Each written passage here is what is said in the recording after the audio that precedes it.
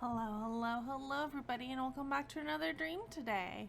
Hello. Come on in, guys. Get excited. We're playing Dark Knights today. We've been playing Dark Knights for the last few months now. We just finished the Kurato route, so we're going to be starting a new route today. I think we're going to go on the Junoru route. Junoru? I don't know how to pronounce his name, but I'm calling him Junoru. I'll get more into that in a second, but first let me introduce myself for those of you who don't know who I am. Hi, my name is Princess Evillan, and I'm a streamer here on Twitch, and I post almost everything I do here on the channel. It all ends up onto youtube.com/@princessevillanvods. EVILLAN is how you spell Evelyn, in case you didn't know. But yeah, I have a lot of videos on the VODs channel, including the first parts of Dark Knight, so if you want to watch the Kurato route from the beginning, go ahead and check that out on the VODs channel. You can also check out other videos and other games that I've played in the past. On Tuesdays, Thursdays, and Fridays here on the Twitch stream, we do video games, Fridays being visual novels. Wednesdays and Sundays, we read webcomics with my lovely husband, Gob the Goblin, and Saturdays, we play D&D. Every other Saturday, we play D&D, and it's really fun. So there's all kinds of stuff happening on the Twitch channel, and there's all kinds of stuff happening on the VODs channel as things get uploaded. So go ahead and check out both of those, like, favorite, subscribe, follow, all that stuff to both of those pages so that you can get updates on when I go live every Tuesday, Thursday, Friday, Wednesday, Sunday, and Saturday. And when videos drop on the VODs channel, which is every Saturday. So yeah, always some new stuff going on, so come check out, see what's going on in the stream. If you're ever curious as to what's going on, or what we're doing, or what time stream starts, or if D&D is happening that week, you can go ahead and check out the schedule tab, twitch.tv/princessevillan. Go to schedule, and it will tell you all the times that we're starting stream, including what days we're doing what, and all that stuff. So yeah. Go ahead and check that out if you're interested. But other than that, you can catch previous streams on the VODs channel, youtube.com/@princessevillanvods, and see all the previous things that we've done there. I've been streaming for almost 2 years now, so there's lots of content on the VODs channel for you to go watch if you're interested. But if not, we're always doing something fun and interesting on the stream, so come join me on stream for that. We also have a Discord. We just got a Discord. If you go to the About Me section on the Twitch page and go all the way down, you hit Discord, it'll take you straight to the Discord and you can join. And we're going to start doing some fun events on Discord. I have a few ideas for things that we could do, but first we need to get people into the Discord. So if you want to come hang out with me and chat with me on a not a more personal level, I guess, but less of a professional, like, stream kind of setting. Not that stream is very professional, but if you want to catch me on times other than streams, you can go ahead and catch me on the Discord channel, and yeah, all that stuff. All very interesting. Go ahead and check all of it out. But yeah, we're playing Dark Knights today. It is a romance, mystery, supernatural visual novel. Last time we played, we finished the Kurato route. We got the normal ending, which is pretty standard for me. I typically end up getting the normal endings. We're going to try to go for the good ending in this route, see what happens. We're going to go the Junoru route, which, if you don't remember who Junoru is, we got introduced to him very briefly in the beginning. We'll go over the beginning again, because they don't have a save for right before we picked our romance option. But Junoru is maybe a vampire, maybe a ghost. I'm not 100% sure. We think his brother might have been a vampire. We saw flashback of them as kids, and then something happened to their family and they disappeared, and then we met them in our timeline, the main character's timeline,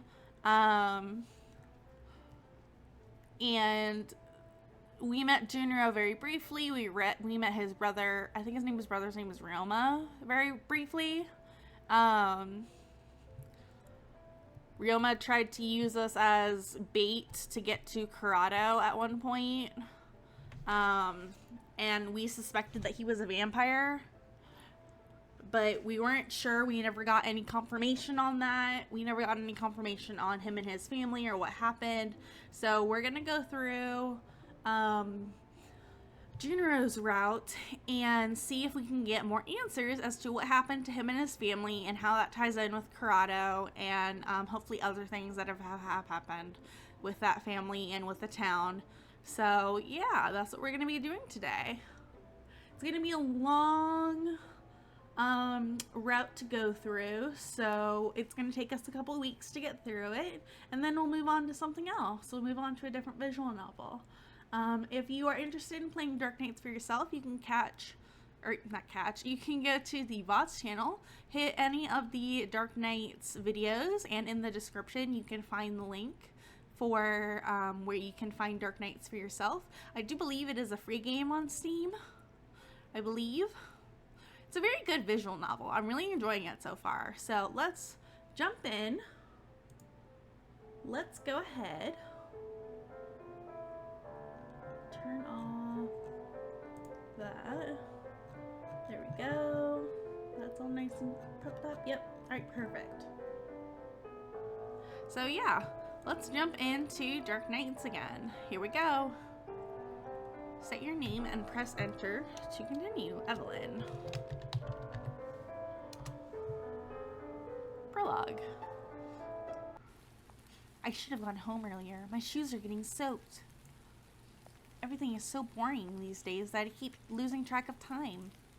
Staying at home does not help, so I often go out. The library is one of my favorite places to visit because it has so much for me to discover. Libraries are great. Even then, there's a limit to what I can do there. I wish something interesting would happen in this village every once in a while. Anything that would kill my boredom. Which is funny because so much happens in Kurato's route that she really doesn't have time to complain about being bored anymore. Which I feel like is a thing that happens in all these routes, is that she gets involved with things that are out of her control. And it ends up not being boring anymore. But the town is never really like the same as it is here in the beginning. I often pass by this mansion during the day, but this time it catches my attention. I wonder when was the last time anyone last visited this place. No other house in the village looks as lonely as this one does. From afar, it looks grand. If I had to guess, it's probably built over 2 centuries ago. The atmosphere changes as soon as I approach the house. The whole building is surrounded by a veil of thin mist. All the plants in the garden have been taken over by weeds. Behind the trees, I notice an empty fountain with a fairy statue in the middle. Its expression makes the environment even more depressing. No matter how you look at it, this place is an incredibly mysterious aura. There's something new to discover with each gaze around the premise. Some of the windows are broken, and the door is locked with heavy chains. My feet start to get cold, drawing my attention to my wet socks. Ugh, I'll have to come back another time if I want to explore. Ooh, I never noticed that. Did you see that? There was somebody walking there. As I am about to turn around, I see a shadow move behind the windows. Huh. I try to focus on it, but it's already gone. It's as if nothing ever happened. Huh? Was that a person, or was it just my imagination? I continue staring at the windows, but nothing else happens. Even though that was strange, I'm more curious than freaked out. Anyway, I don't want to stay in the rain any longer than necessary. My mind is clouded by the thoughts of the mansion. Class starts soon. The first hour is history, my least favorite. It does not take long for me to doze off. I'll just take a short nap until class is over. I won't miss much anyway. ... There we are! Adorable! When I finally open my eyes, school has already ended. I slept through all my classes. Tisk tisk. I should be reprimanded for it, but my teacher, Mr. Blanchett, does not usually mind. He gives me special treatment because he knows I live alone and there's no one for him to rat me out to. Perhaps I should not do that too often. My classmates look at me with resentful glares. Yeah, because they can't get away with that, but you can. That's rude. I noticed assignments laying on my desk. History and chemistry. Mr. Blanchett gave us more homework than usual. It can't get any more boring than doing the same assignments over and over again. It seems like the other students have already gone home. My friends didn't even bother to wake me up. I'll get back at them for this. Now I feel too lazy to get up. Once I'm ready, I start to head home. Even though I'm walking on the main road, no one is around. It is unusually quiet today, and after what Leoji told me, I'm feeling especially on edge. My footsteps echo in the silence of the empty street. When I hear another set of footsteps, I glance back, relaxing when I see it's only a boy from my school. I look up to the cloudless sky and yawn. Even though I haven't done anything today, I feel so exhausted. I want to jump back into bed. I take a few turns. It might be a coincidence, but the boy behind me seems to be following me. Uh-oh. I have been walking very slowly this entire time, so he should have passed me by now. I should test him. You know how to test if somebody's following you? You make 4 right turns. There's an easy trick to find out if someone's following you or not. Yep. If I turn 3 times clockwise or counterclockwise, yeah. You can do it left or right, but you have to do 3 or 4 lefts in a row or 3 or 4 rights in a row. And if they're still following you, because by then you've made a circle, if they're still following you, then they're following you. If the other person does that too, it means they have no destination. I enter a small alley. I take a turn. I turn once more. And again. Now, if he's still following me, I'll know it's not just a coincidence. Right on cue, I hear the boy's footsteps behind me. That guy is still following me? That sure is interesting. I speed up, trying to get him off my heels by taking more turns. This guy is creepy. All of a sudden, my arm is grabbed. Oh my god. I abruptly stop and turn around. It seems my stalker has caught up with me. Oh, he's just a first year. Hello. We don't know each other, but we go to the same school, and I just wanted to ask you something. What is it? Well, will you go out with me? No. Huh? Flat out. Rejected. Rejected. ...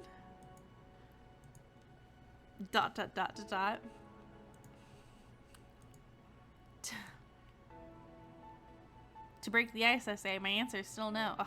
Okay, should we save?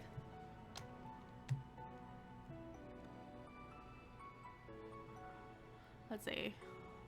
What if we save? We'll save over... See what Kuratos are out? We'll save over this. Here we go. Alright, back. My answer's still no. There we go. We got a ding. Good job. My answer's still no. Now let me go. Please? The boy keeps holding on to me, even when I try to pull myself free. Frustrated, I violently tug my arm away. This guy's attitude is really creeping me out. All the more reason to refuse him. He doesn't seem to know when to give up. What a brat.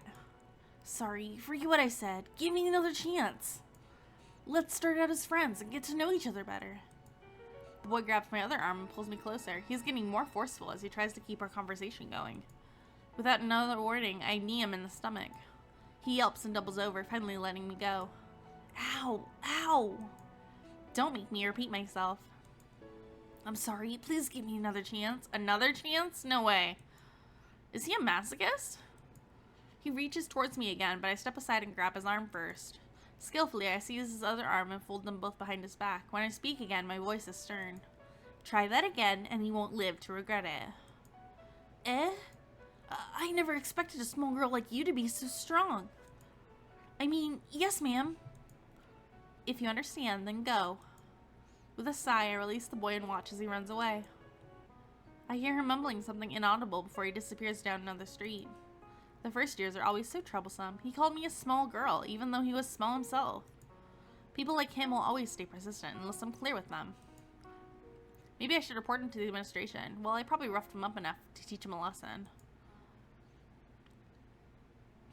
Once I get home, I go to my room. I put my bag on my desk and drop down onto my bed. Aw, our bed's cute. A cute little bunny rabbit, some drawings. Study hard, maths. As usual, the silence in my house is so heavy I can feel it making my shoulders sag. I live alone because my parents work overseas. They're usually busy, but they still call me whenever they can. It is not like I miss them, but it is boring to be always alone. To always be alone. I used to have many hobbies, but as soon as I grew up, they started to feel pointless. At some point, they all became repetitive. I do not want to spend my life in an endless cycle in the same routine. As if I'm not doing that right now. For the time being, I will just stay as I am. This village has always been quiet, aside from the same holidays every year. There's not much going on. I wish something exciting would happen. Actually, perhaps I can make my own excitement. I could try something new. Unless my fate has already been decided for me. Maybe. If I could, I would rewrite this boring village. I don't know about that. Boring villages are nice. If nothing's really happening in the village, that means it's nice and safe. I think I forgot something. There was something I wanted to do. Ah, that mysterious mansion. I'm still too sleepy right now. So tired. Why are we so tired? I guess it's because we're a teenager. Teenagers grow up, like, a lot during their teenage years. My eyelids feel heavy, and before I know it, I'm fast asleep. Like, you need a lot of sleep in your teenage years because you're growing a lot. Next day. Evelyn? Evelyn? What is it, Ikia? Did you get in a fight with another student yesterday? Huh? Why do you ask? There's a rumor that you roughed up a freshman yesterday for no reason. Seriously? That brat. I should have reported him. Of course, I'm on your side. I don't believe you would do such a thing. A part of it is actually true, but to be fair, he was stalking me and being very forceful, so I simply defended myself. A dark-haired boy walks towards us. His name is Ryoji. Like Ikia, I met him in primary school. Evelyn, there's a difference between self-defense and assault. I doubt Mr. Class President will ever understand. You really do remind me of a wild rose. What? That's random. If I grew roots in this place, I'd die of boredom. Oh, this reminds me of that time from 2 years ago. You know, when you beat up those seniors. We beat up people a lot. It wasn't like I wanted to do it. Besides, I only got involved because they started hazing all the freshmen. It's not my fault I couldn't hold back. Oh my god. Try to be nicer to your fellow students. Fine, fine, I'll do my best. You should care more about your reputation. Aren't you afraid you won't be able to make friends now that the rumor is going around? I didn't intend to make friends with the freshmen anyway. You always seem so bored. Meeting new people or falling in love will make your life more exciting. ... No comment. Shortly afterwards, we begin to prepare for our trip to the forest. Our history teacher will be our guide. He supposedly wants to show the class the monument we learned about in class. That's a lot of the words class there in a sentence. He claims pictures and books are nothing compared to the real thing. The monument we'll be visiting is only a 15-minute walk from our school. 15-minute walk from our school. Ikia is clearly not looking forward to this trip. She's been holding my hand tightly the whole time. Everyone, don't stay away from the path. You don't want to get lost here. Make sure not to disturb the wildlife either. Yes, this field trip turned out to be more educational than I expected. I've never seen this place before. Well, not recently. I got lost during class picnic once when I was in primary school. This looks different from what I remember. Ryoji, have you heard about the demon in the forest? Yeah, everyone in my neighborhood is talking about it. Apparently, the rumor started after some tourists went missing on a trip there. Do you think they're true? I don't know. I've never seen a demon before. Don't they only exist in legends? They say there's a truth behind every legend. This village has many tales, but I doubt they're all true. If it's true, I hope our little demon friend doesn't eat people. Even if it does, it wouldn't eat you. You taste too bad. That's rude. Ikia punches Ryoji. What? Ow! I was just kidding. Ikia giggles at his reaction. Why is the school taking us to a forest where a man-eating demon freely roams around anyway? The teachers don't believe in the rumors. They think it's just a media stunt. I know this because my dad told me. That's right, Ryoji's dad's a cop. I guess we'll have to see what happens. I don't think he was a cop. I think he's an investigator, but still cop? I don't know. Are investigators cops? Maybe? Probably. I don't know. I don't know if he works for the police force or not. There's one thing I'd like to warn you about. What is it? It's not public information yet, but recently a few villagers went missing in the middle of the night. No trace of them has been found. It's as if they just vanished. Oh my goodness! For real? I sure won't be walking around alone again. If we're heading in the same direction, I can walk you home. You could also ask your brother to pick you up.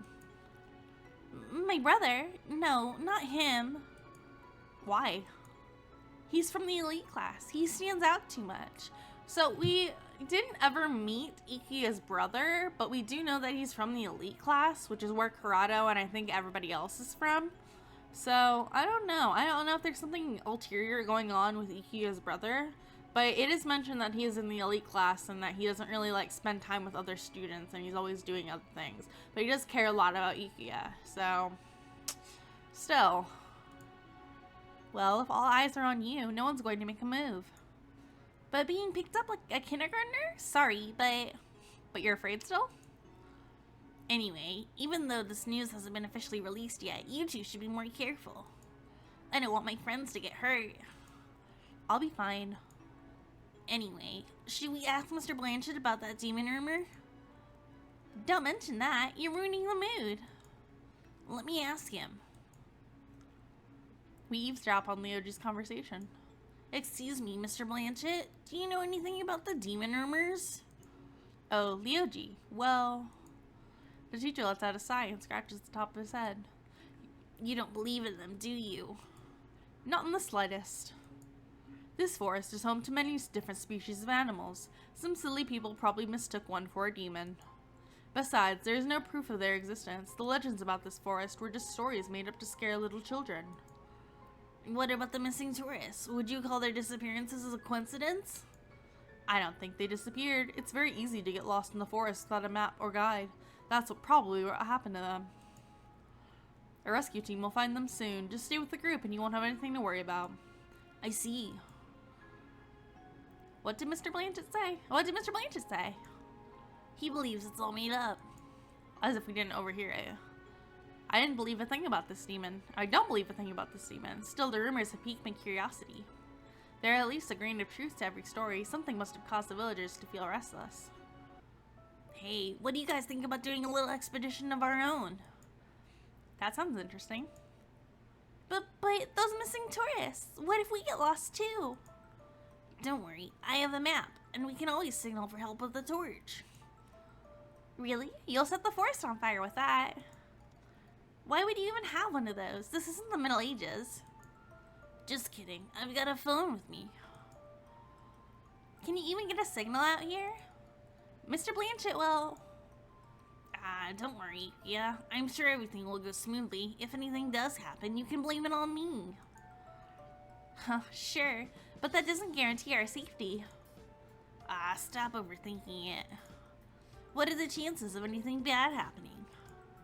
It will just be like a walk in the park. The worst thing that could happen to us is getting lost. Of course that'd be the worst. Don't tell me you're planning for it to happen. Nah, it just occurred to me. I haven't been in the forest in a while. This place looks worse than my memories. Yeah, this place looks too nice for a demon to live in. While we're here, we can look for the missing tourists. Well, I'm up for it. Come with us, Ikuya. I think it'll be fun. ... Fine. Everyone, gather together and let's go. The students line up in small groups. The teacher makes sure everyone is present before moving on. Psst! When do we sneak out? Let's head to the back of the line. He won't be able to see us there. As the group follows the path, we go the other way. A few minutes later, we end up at a fork in the path. Look, a crossroad. Which path should we take? According to the map, the right path goes farther into the forest, while the left one leads to a waterfall.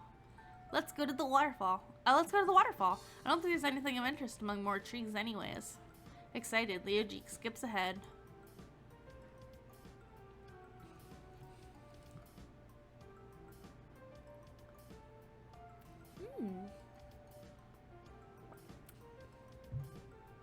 After a few minutes of walking, we reach the waterfall. A large shimmering lake ringed by lily pads rests at the bottom of it. The cliff face of the waterfall also has a path of rocks lined along it, providing easy access to the other side of the water. The water is so clear I can see the bottom. Wow. Whoa, it's huge! The water looks so sparkly, I want to jump right in. You get excited over the simplest things, don't you? You were excited earlier, don't even. There may be dangerous animals or bacteria in the water. If you jump into it, you'll probably be eaten alive. Boo, you always ruin my fun. Luigi chuckles at her reaction. I take a closer look at the lake. I can hear the sound of birds singing, but there does not seem to be any other animals around. These rocks could serve as perfect seats. Evelyn, come here. I'm gonna explore for a bit. I'll be right back. We'll be waiting here. Don't go too far, okay? I know, don't worry. I skip over to the right side of the waterfall, trying to see what might be behind the stream of water.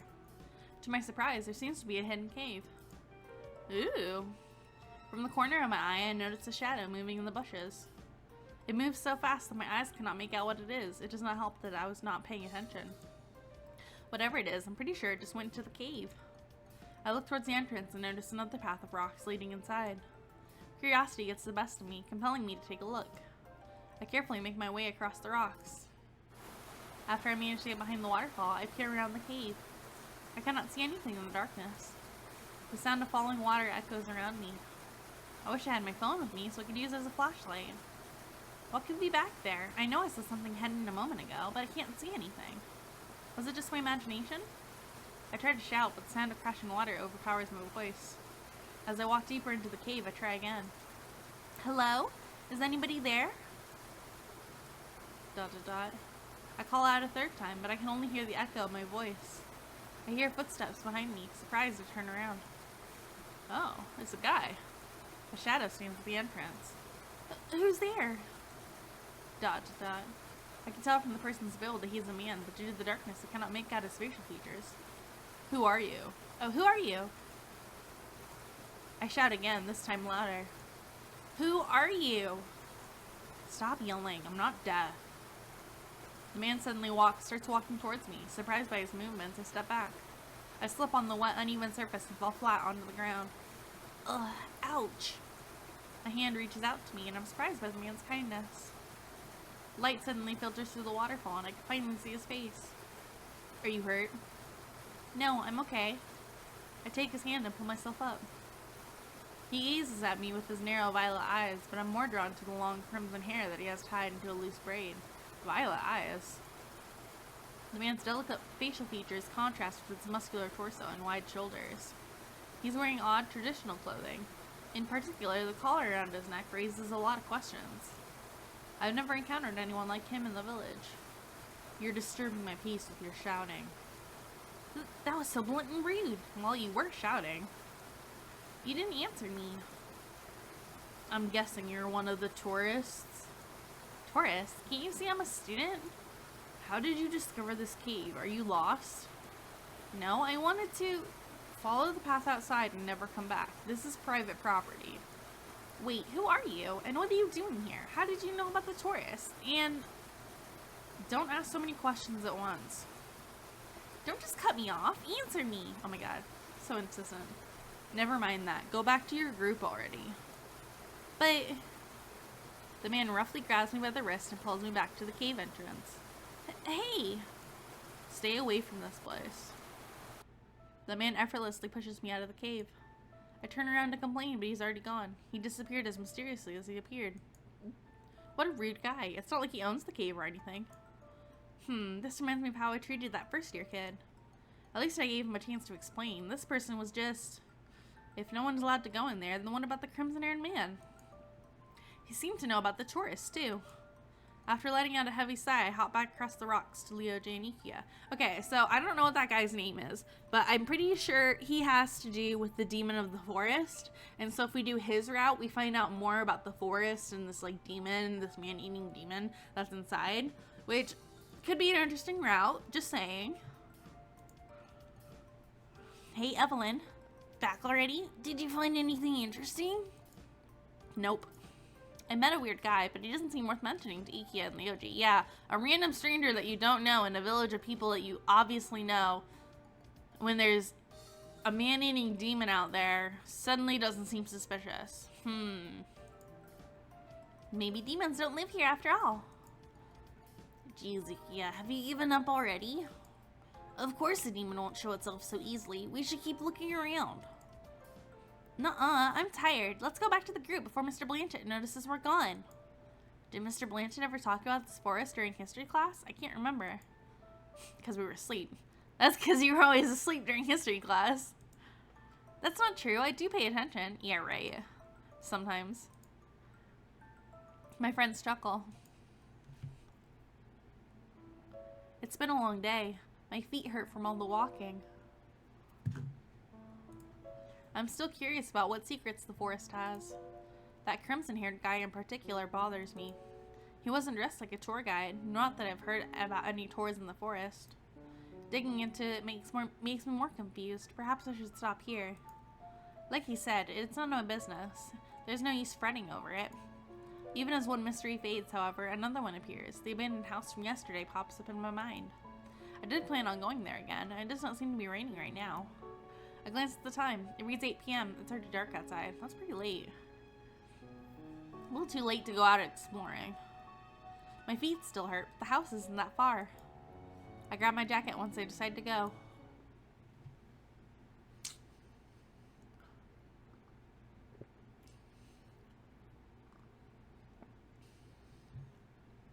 The streets are completely empty, making the village seem like it's been abandoned. Everyone must already be home from work or school. A few minutes later, I reach the old house. It looks exactly the same as last time, even though it did not rain today. It still is surrounded by that eerie mist. The previous owner must have been very rich to afford the construction of this mansion, especially with all its fine details. This, rock right here, it looks like a snowman, does it not? Doesn't it look like a little snowman with little eyes and, a little, vine growing on him? He's missing arms and a nose, and then there's one over here, too. They look like little snowmen. There shouldn't be a problem if I look around. The house looks larger and older now that I'm close. I inspect the big chains locking the doors. They're not old and rusty like I expected. They seem like they were put on recently. Perhaps the residence has a new owner. Suddenly, I hear a sigh from behind me. I quickly turn around to locate the source of the sound. There's someone sitting on the edge of the fountain. He blends so well with the dreary mist that I had not noticed him when I first entered. I slowly approach the man. Up close, I notice he looks near my age. He is mostly likely from the same school as me, but I've never met him before. His uniform design is not one I recognize. Perhaps he's part of the elite class, like Iku's brother. Each elite student wears a custom designed uniform, making it difficult to be certain they even attend our school. That's weird. To complete their unique uniforms, the elite class also has special rules, but I never bothered looking into them. Weird. Looking for something interesting? The elite class seems pretty interesting. Its members hardly appear at school, so only a few of us have ever seen their faces. Needless to say, there are many rumors about that class. According to Ikia, you need to have very high grades to qualify, but there might be more to it than that. Many students envy their status. Hello. Oh, he's so cute! The guy flinches and looks at me, startled. Sorry, I didn't mean to scare you. Oh, I do not mind. My apologies for not noticing you earlier. May I sit here? Be my guest. Could he be the shadow I saw yesterday? You come here often? It sounds like a cheesy pickup line, but I don't know what else to say. I do. This place is an interesting atmosphere. ... He looks away from me, the warm copper of his gaze thoughtful. Something about him feels off. I'm not sure, but is he sad? I can't really read his expression. What about you? Well, I can't tell him that I saw something strange here the other night. Came to investigate. I sound weird. I never noticed how interesting this place was before, so I thought I'd come take a closer look. At this hour? I like going for walks at night. Huh, likewise. The man's expression clears up and he smiles. Would you like to go for a walk with me then? Sure. It's odd that someone would offer to go for a walk with a person they've just met. He does seem friendly and polite, though. He stands up and we follow a path through the garden. Unlike the rest of the garden, this path is not covered with weeds. The ground is even and well trod. As we walk, he points out the statues hidden by unusual shrubs and flowers I have not seen before. He does this so naturally, it's as if he owns the place. The moonlight and starry sky illuminate the view, which makes it even more beautiful. I never expected to find beauty in an abandoned place like this. The man smiles mysteriously at my comment. You seem to know a lot about this mansion. I would be happy to answer any questions you have. Do you know who put the chains on the doors? ... His eyes swivel away from mine again. The man hesitates to speak. I seem to have found my answer. I do not know about it. I guess he doesn't want to say. He looks flustered. Maybe I shouldn't push any further right now. It's getting late. I should go home. Have a good night. I'm pretty sure he's a ghost. As I head back to the front yard, I realize I have not asked for the man's name. I turn back and try to find him, but he's already gone. Yeah, I'm pretty sure he's a ghost.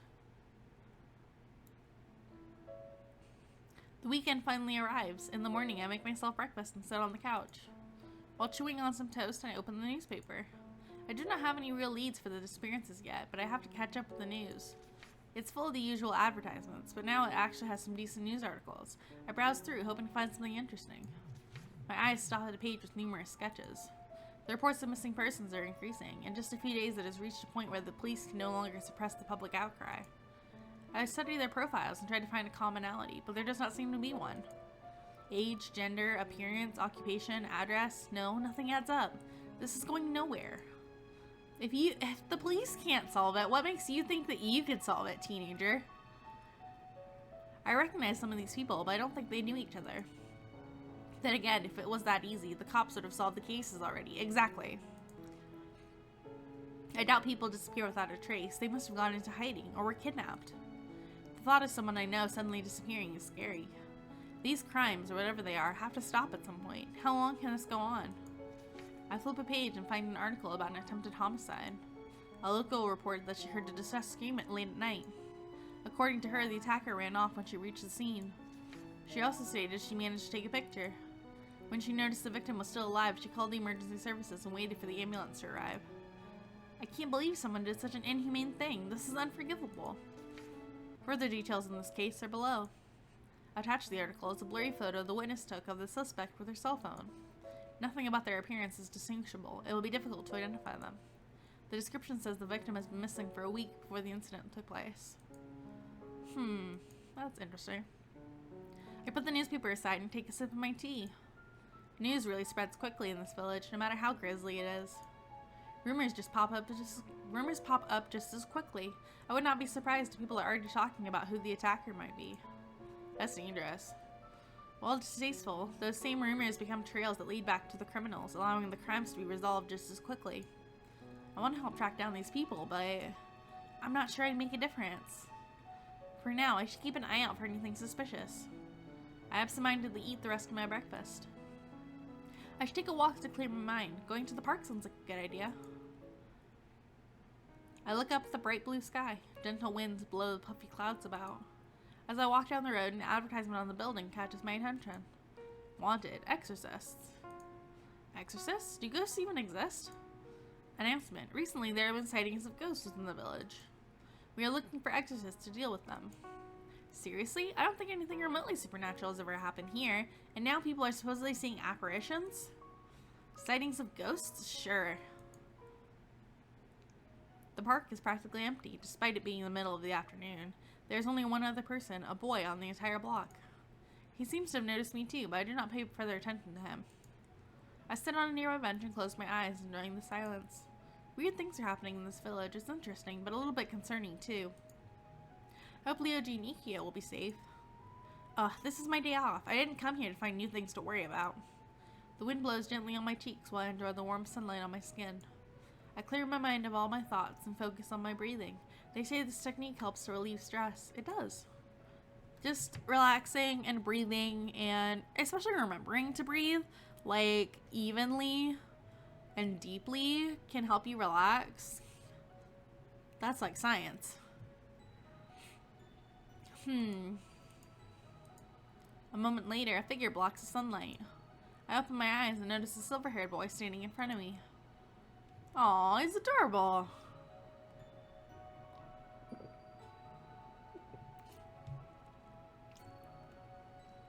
Excuse me.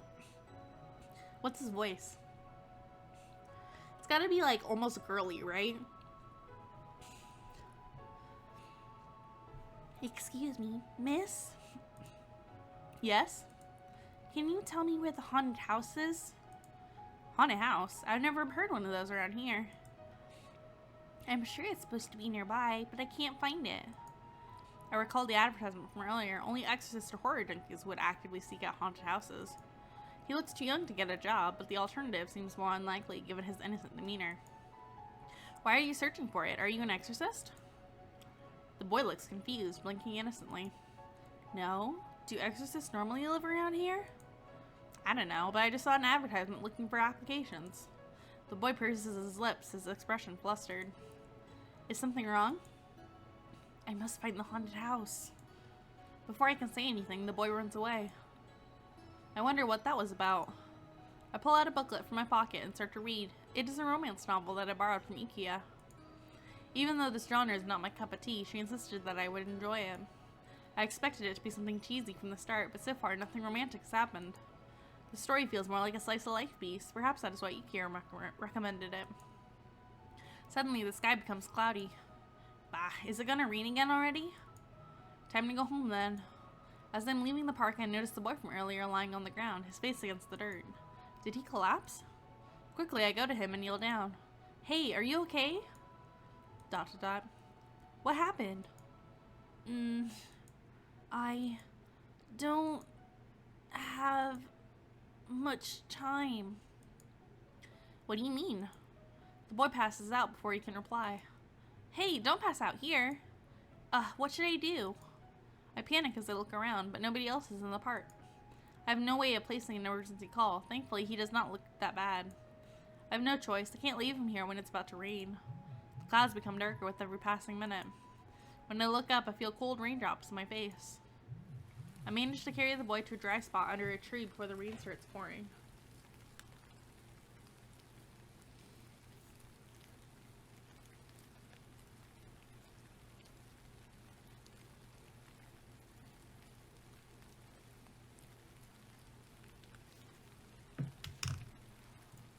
I'm surprised by how easy it is. He weighs less than you would assume by looking at him.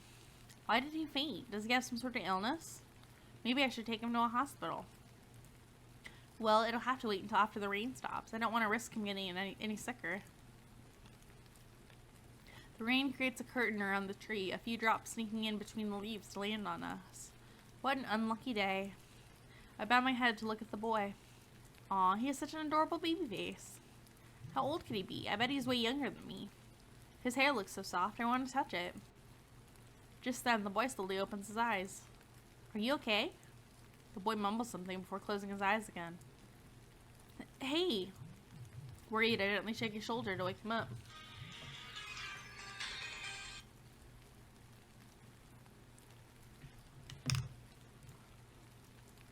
He immediately opens his eyes and crawls away from me. Sorry, I thought... Oh, it's you. Right. Rubbing the back of his head, he looks away, embarrassed. He's an odd one, but kind of cute. It's okay, do you feel better? Yes, I'm fine. The boy faces his scarf and pats down his hair. He beams reassuringly at me. The boy looks up at the gray sky, surprised by what he sees. It is raining. I could have sworn it was sunny earlier. The downpour started right after you passed out. Oh, right. Thanks for taking care of me. He turns towards me and gives me a warm smile. Let's wait here until it stops raining. Are you really okay? I got worried when I saw you on the ground. I thought something happened to you. Oh, it's not a big deal. I'm just a little tired. It's nothing to worry about. Passing out from exhaustion is very serious. We should get you to a doctor. No, I feel a lot better now. He shakes his head and wildly waves around his arms, as if to prove he's okay. I raise a brow. I suspect he's afraid of doctors. Even so, I cannot force him to go anywhere. What's your name? Sachiro. Nice to meet you, Sachiro. You can call me Evillan. You mentioned a haunted house before. Can you tell me more about it? It's just a regular place, but people say it's haunted for some reason. Wouldn't you normally try to stay away from a place like that? It's just, I've lost something important there. Which means you've been there before. Yeah, but I don't remember much. Can you tell me what you've lost? Just something important to me. Satoru. Yes? Before you passed out, you said something like, I don't have much time. What did you mean? I did? Yeah. Satoru scratches his head. I just need to find my something quickly. I see. We sit side by side and watch the rain. I glance over at the boy. I do not know what happened, but he looks less pale than before. He seems to be enjoying the sight before us. Before long, the weather clears up and the rain slowly stops. I hope you can take care of yourself. I'm going home. I will. Perhaps I can help you look for the haunted house later. That'd be really nice of you. I come here a lot if you ever do want to meet up. Okay, maybe I'll see you later then. See you. That's 3 out of 4 boys met. I look at the pile of books on my desk. There's still plenty of homework to do, and whether I like it or not, I have to finish it. This is getting difficult. Perhaps I should pay attention to Mr. Blanchett's classes. The last few days have been hectic with all the strangers I've run into, but I'm glad I made a new friend. Ugh. How can I work like this? I try to focus on the textbook, but my mind keeps wandering. The man by the old house, the guy in the cave, and odd Satoru from the park. Even though I only spoke with them for a short time, they have piqued my curiosity. I give up. I want to find out what's going on in the village. I wonder what Ryuji's up to. Maybe I should call him. I dial his number, but the call goes to voicemail. I guess he's still busy with his after-school activities. I could call Ikia and tell her what happened, but it will only get her worked up, so I brush the idea aside. I throw myself on my bed and close my eyes. This feels a lot better. A moment later, I hear knocking on my window. On your window? Annoyed, I get up and check the source of the noise. I find myself being waved at. Whoa! Let me in. Who the hell are you and what are you doing up here? Hurry. Get down first. Just let me in. What's wrong with this guy? He scaled my house. Seriously, how can a stranger expect me to let him into my room through the window? He must be the worst burglar ever. I'm not stupid enough to fall for such an obvious trap. I ignore him and lay back down on my bed. It is common sense not to let strangers in your house. The knocking stops after a moment. It seems like he's finally given up. Silently, I go back to my bed. I cannot help but worry about what happened to the guy clinging to the side of my house. Maybe I should check on him and get a ladder or something. ... I lean outside my living room window and look up. Strange. I can see the window of my room, but there's no one outside. I shrug and turn back, going to my room. I'm shocked by the sight of a man lying on my bed. Oh my... How... You... What? How did you get in here? Are you a burglar? I'll call the police. I frantically search for my phone. Within a second, the man has me by the wrist and pins me against the wall. Wait, it's a misunderstanding. Whoa! I desperately squirm around, trying to break his hold on me. The stranger lowers his head to look me in the eyes. Calm down, let me explain. Let me go, you creep, as if I'm going to listen to anything you say. I prepare to kick him, but he releases me and backs away. How did you get into my house? There was an open window in another room. I have to be more careful. Can I stay here? What? His sudden request makes me speechless. I forgot about this. What? That came out of nowhere. Are you joking? I'm serious. His expression changes instantly, earnest and almost somber. I've never met anyone who switches moods this quickly. No way, I don't even know you, and you attacked me. Maybe not, but I know you. And anyway, I wasn't trying to hurt you. He sighs and shakes his head. I don't remember meeting this guy. Wait, could it be... No, never mind. What is that? Could it be who? Get out of my room, you creepy stalker. I've been demoted to stalker now? Either way, you're a pervert. A burglar, a stalker, and a pervert? That really stings, you know? I grab the closest thing to me, a book, and hurl it at him. Get out of here! Go away! Wait, I wasn't finished. Get out now! He dodges my next projectile before slinking towards the window. Calm down. No need to get aggressive. First you broke into my house, and then you assaulted me. Now you ask me if you can stay here? My answer is obvious. Huh, there's nothing wrong with asking, right? What the... The man lets out a heavy sigh.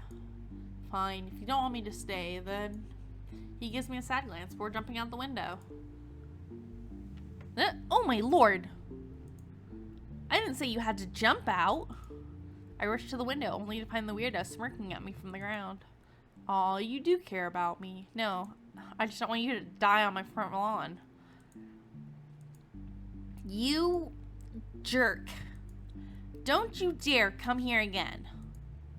Who knows what the future holds? Well, see you later. My eyes follow the figure as he walks towards the street and out of sight. I am relieved that he did not steal anything, though my heart is still racing from the shock. It's the first time I've met such an oddball. These days are getting weirder and weirder. He didn't seem all that dangerous, though. He left easily enough, too. Wait a second, something's off. Why get through such lengths just to ask me if he could stay here? I know it's easy to climb to the landing, but this is just odd. I wonder what his intentions were. I shake my head and sigh. More questions bubble up as I think. Calm down, Evillan. You shouldn't dwell on this. The weekend passes quickly and I'm back at school on Monday. My mind is filled with flashbacks from the past few days. I met a suspicious forest dweller, a mysterious gentleman, and a frail younger boy. Not to mention that weirdo who snuck into my house. I cannot help but find such odd, suspicious people interesting. Boo! Ah, Ikia! I called out to you a few times, silly. Were you asleep? Sorry, I didn't hear you. You should try to stay awake during class. But the lectures are boring. Mr. Blanchard is so repetitive. Oh, really? He explained some useful things this time. Like what? Nope, you should have been listening. Anyway, do you have any plans for the day? Well, I'm thinking about scoping out a mansion. Oh, tell me more. You know the road to the library? Of course, what about it? There's a creepy old mansion in that neighborhood. It never struck me before, but don't you think it's strange that it's abandoned for so long? Nobody thought of revamping or demolishing it, even when it's empty? That's a good point. I've heard a few rumors about the place before, but I haven't looked into them much. It was only because of that shadow I saw that really has me intrigued. That old mansion is part of many legends of this village. All I know is that it used to belong to the Kenriji family. I don't even think anyone owns it right now. I could have sworn I heard something else during history class. Suddenly interested in history, huh? I probably shouldn't involve Ikia in this further. I know she hates haunted places, and given the atmosphere, she wouldn't enjoy it very much. Did you hear about that murder the teachers keep gossiping about? They say the suspect is likely someone who moved into the village not too long ago. They didn't say why, though. I think they're wrong, though. Everyone always uses new residents as scapegoats. Don't you think that's too unfair? I don't think so. It narrows down the list of possible suspects. Hi, Leoji. It makes sense because no one knows the newcomers very well. They're naturally the most suspicious for now. We're a small community, so it's easy to tell when and why things change. You can't see what lies below the surface. Leoji's method does narrow down possible suspects, but I don't agree with using new residents as scapegoats. I'm helping my dad with this case. He asked me to collect a list of people who moved to the village within the last 6 months. If anyone comes to mind, let me know. It'd really help us out. I don't really agree with your method, but I'll let you know if I think of anyone. Thanks for the help. Evelyn, you can stay over at my place while they're investigating. You live alone, right? You should seriously think about it. Huh, I'm fine. Thanks for the offer, though. Except a stranger just tried to break into your house the other day. Pinland presents. It's intro time.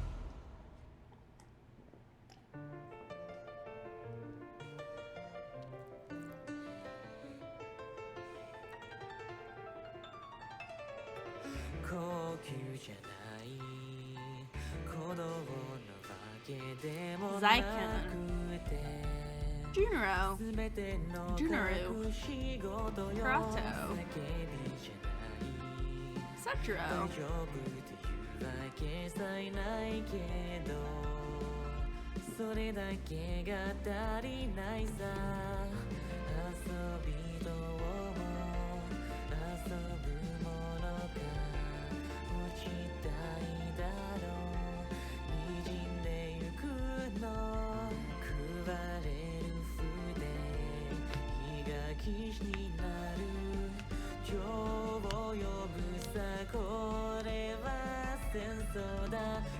Who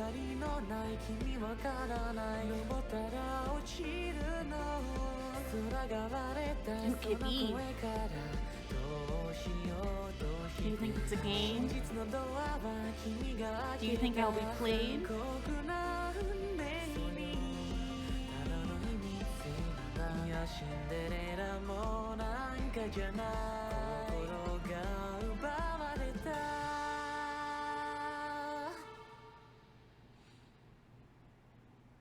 Interesting. Alright, we're gonna save here. Oh, excuse me. I stare at the ceiling while lying on the couch. I think about what Iki and Lyoji said earlier. Someone not from this village? Just in these past few days, I've met 4 faces I've never seen before. Any of them could have moved here around the same time those disappearances started. It's possible that one of them is involved. Against my better judgment, I cannot help but want to investigate them further on my own. The excitement is overwhelming. Who should I investigate? The gentleman at the old house. Wait, why did he pop into my mind? He had a faint presence, but I try to remember his appearance. I should question him again. The mysterious guy from that old house comes to mind. He was acting odd when I met him, especially when I asked about the mansion. Judging by his uniform, he probably goes to my school. The design looked like it might have been for the elite class. He may be a recent transfer too. Well, I probably shouldn't jump to any conclusions. I stare at the pile of textbooks on the coffee table, but I do not feel like studying right now. The holidays start next week. I'll just procrastinate until then. While I lie down on the couch, my mind wanders to the old mansion. I want to meet that person again. I look outside and see dark clouds gathering in the sky. It'll probably rain soon, so I put on my jacket and take an umbrella before walking to the mansion. Visits. Chapter 1. I find the man from before standing in the same spot as last time and approach him with a casual wave. Good evening. He turns around in surprise, just as jumpy as the first time we met.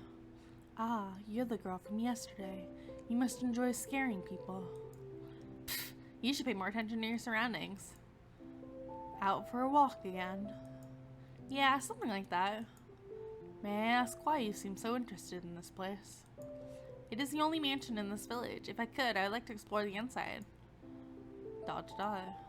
Ah, sorry, I didn't mean to imply I'd break in or anything. Anyway, I forgot to ask last time, but what's your name? Ah, how rude of me not to introduce myself. My name is Junoru Kenriji. Please call me Junoru, or Ju if you prefer. Oh, we're calling you Ju. It's so much easier. Oh, I'm Evillan.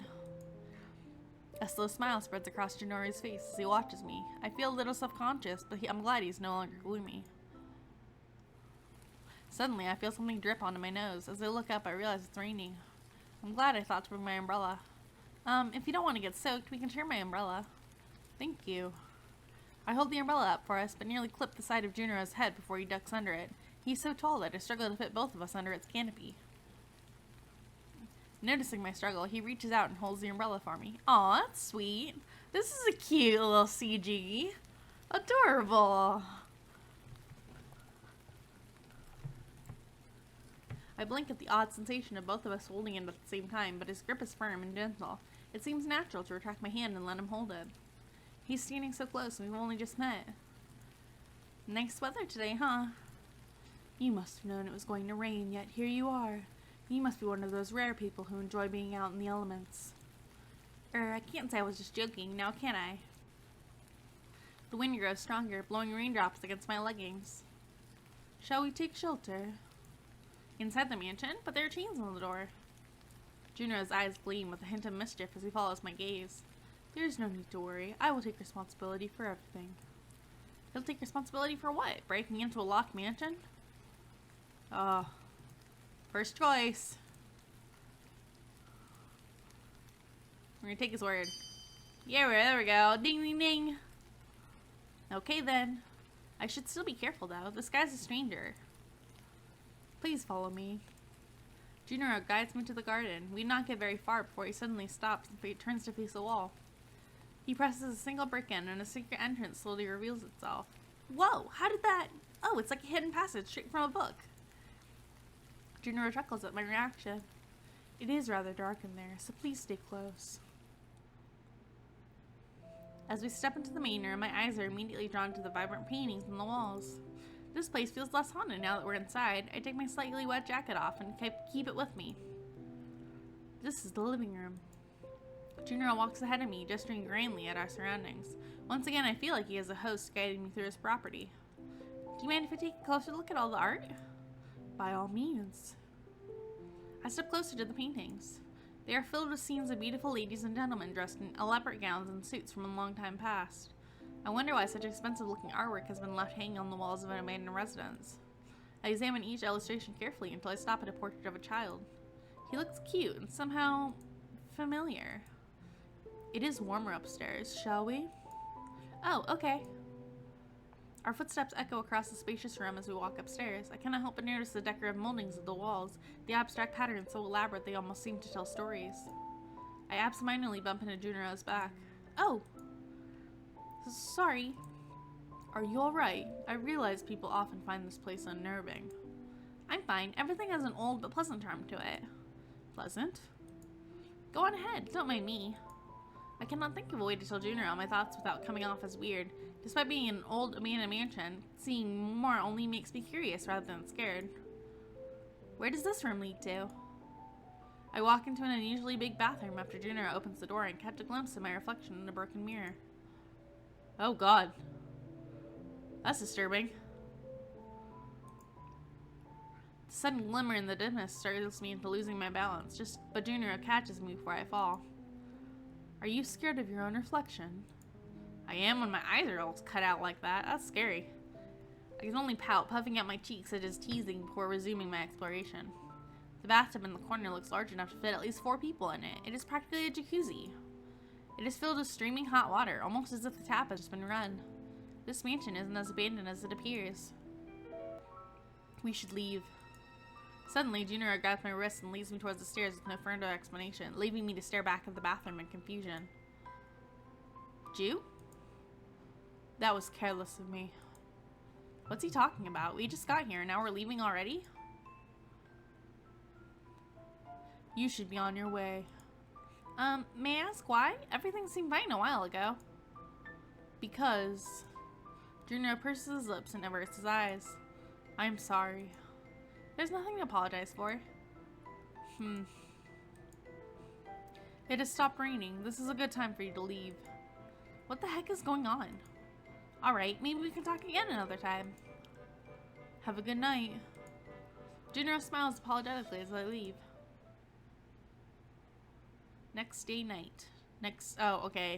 at nighttime.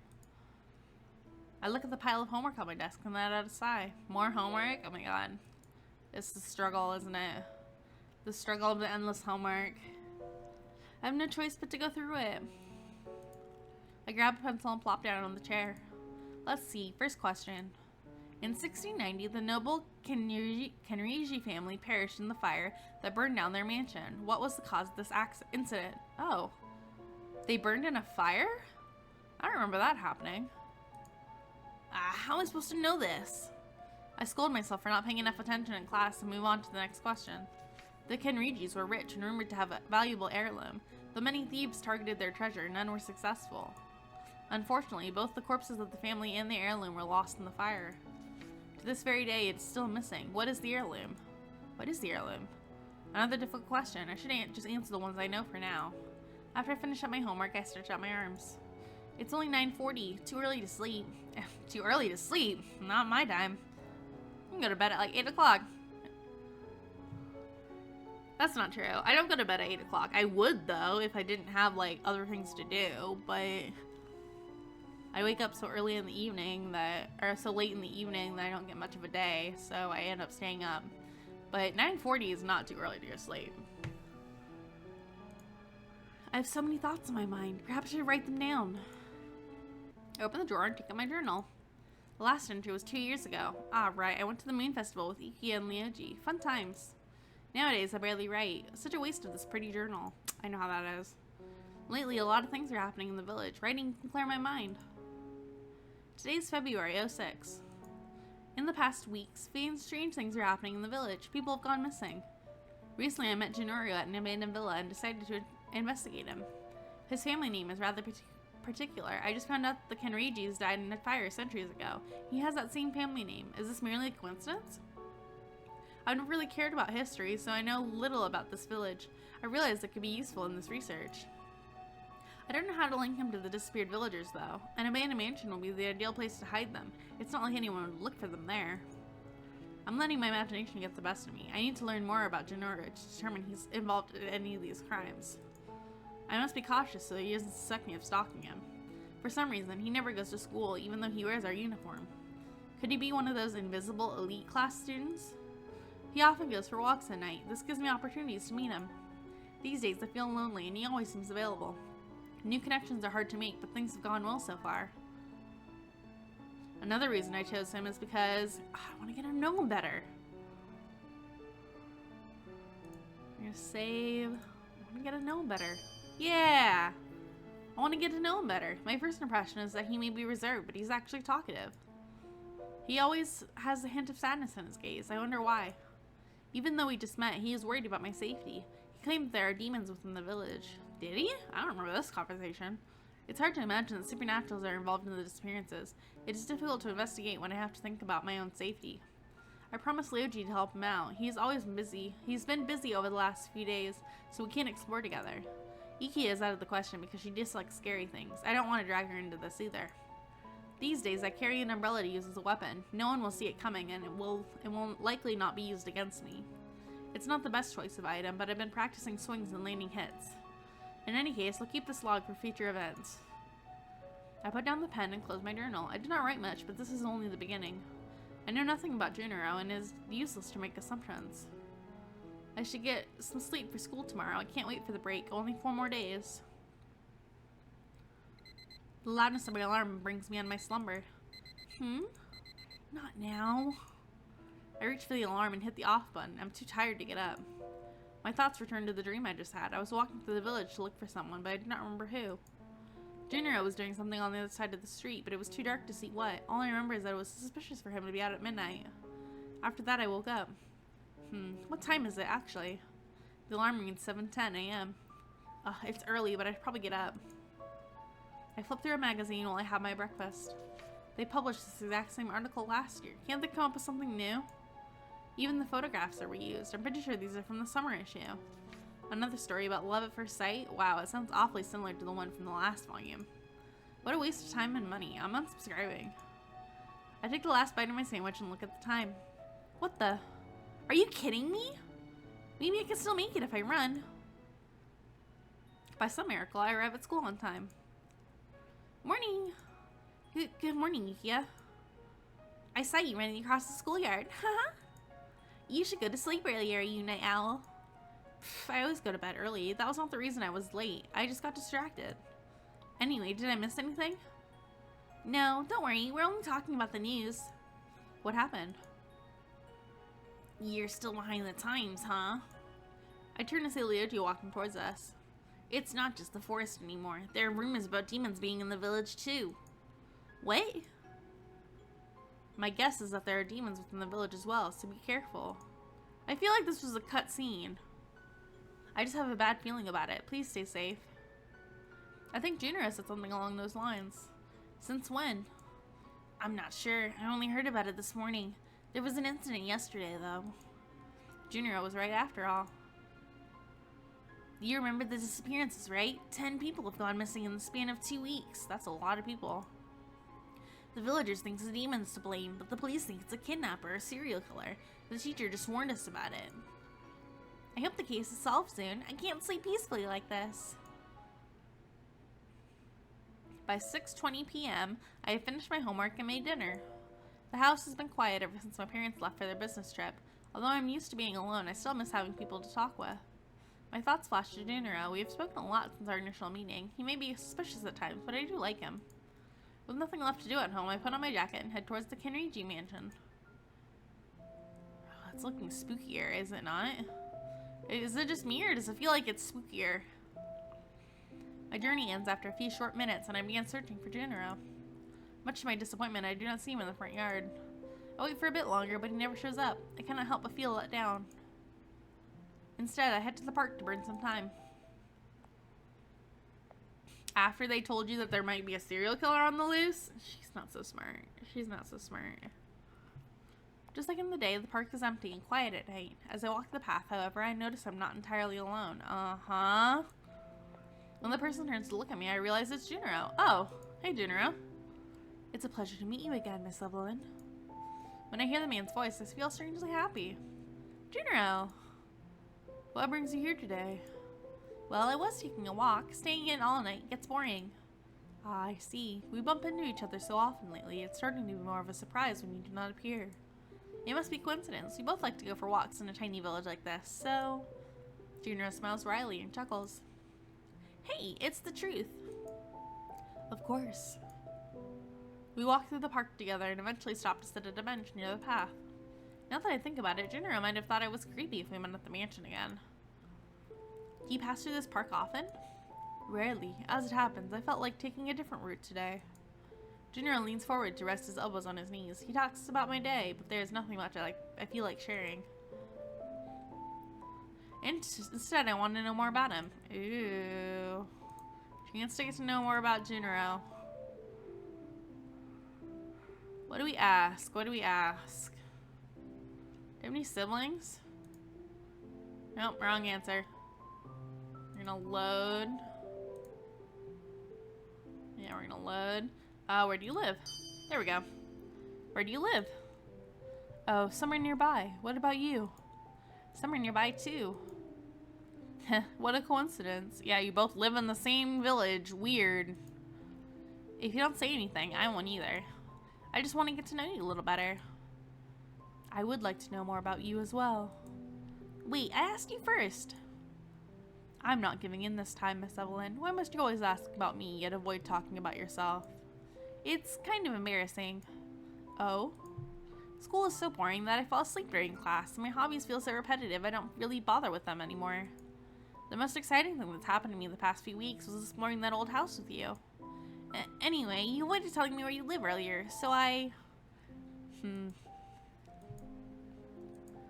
Alright, I cannot keep up this game.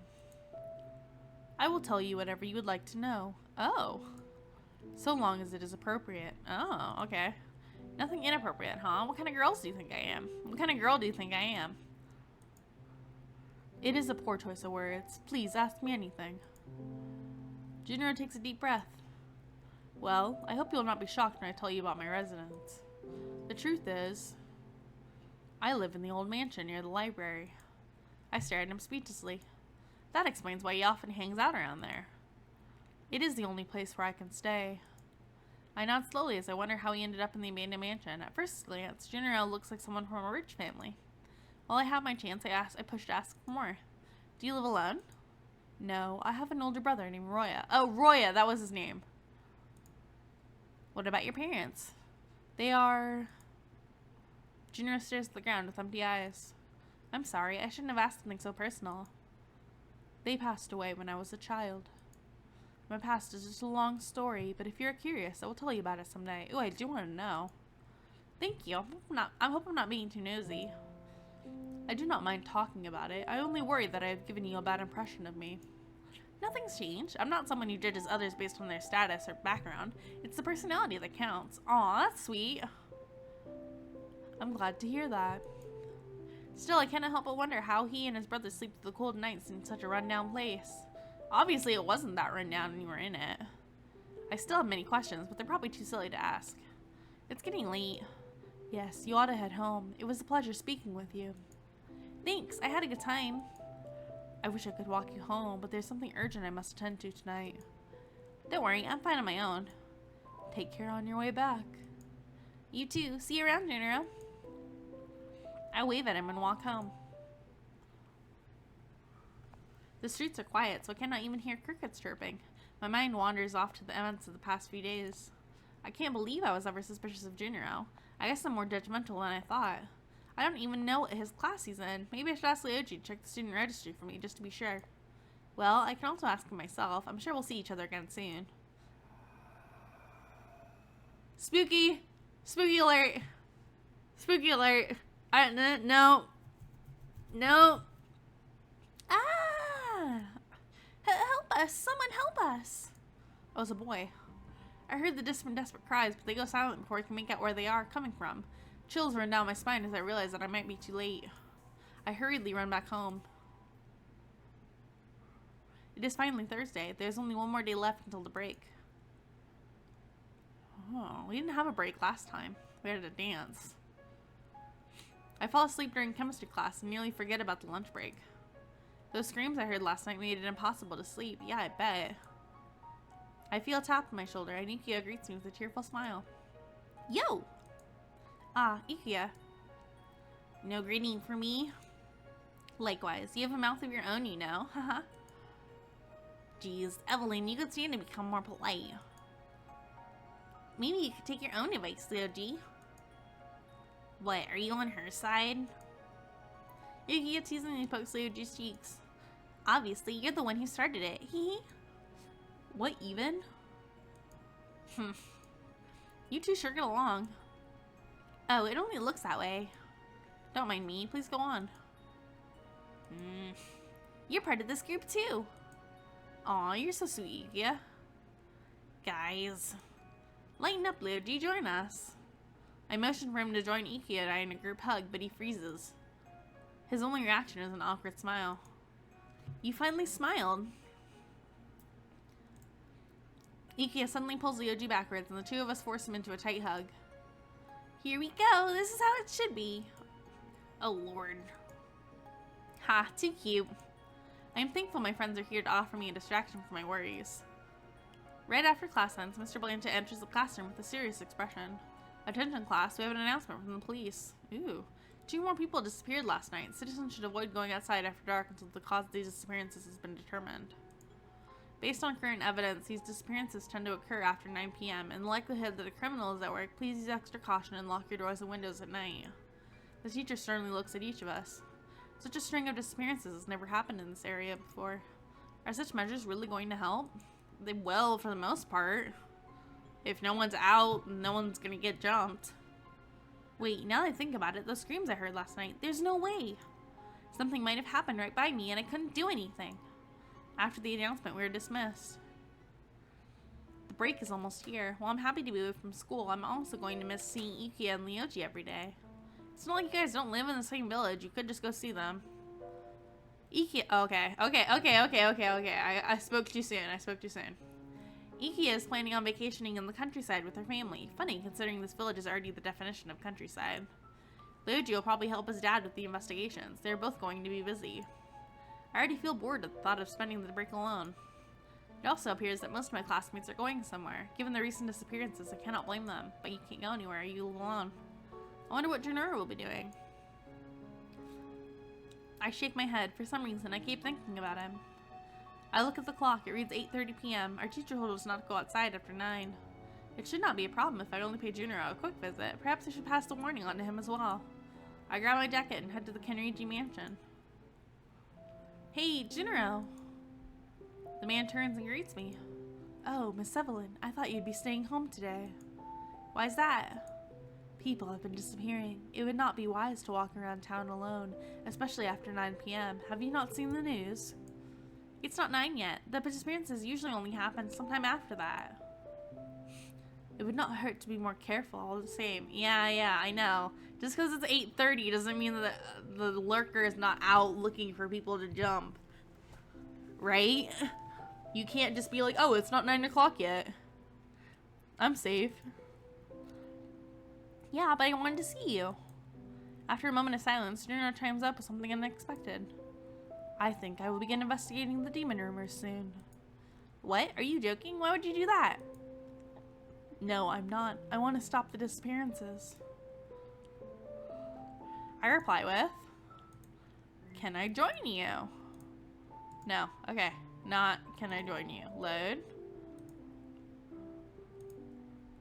You're crazy. Nope. Load. It's too dangerous.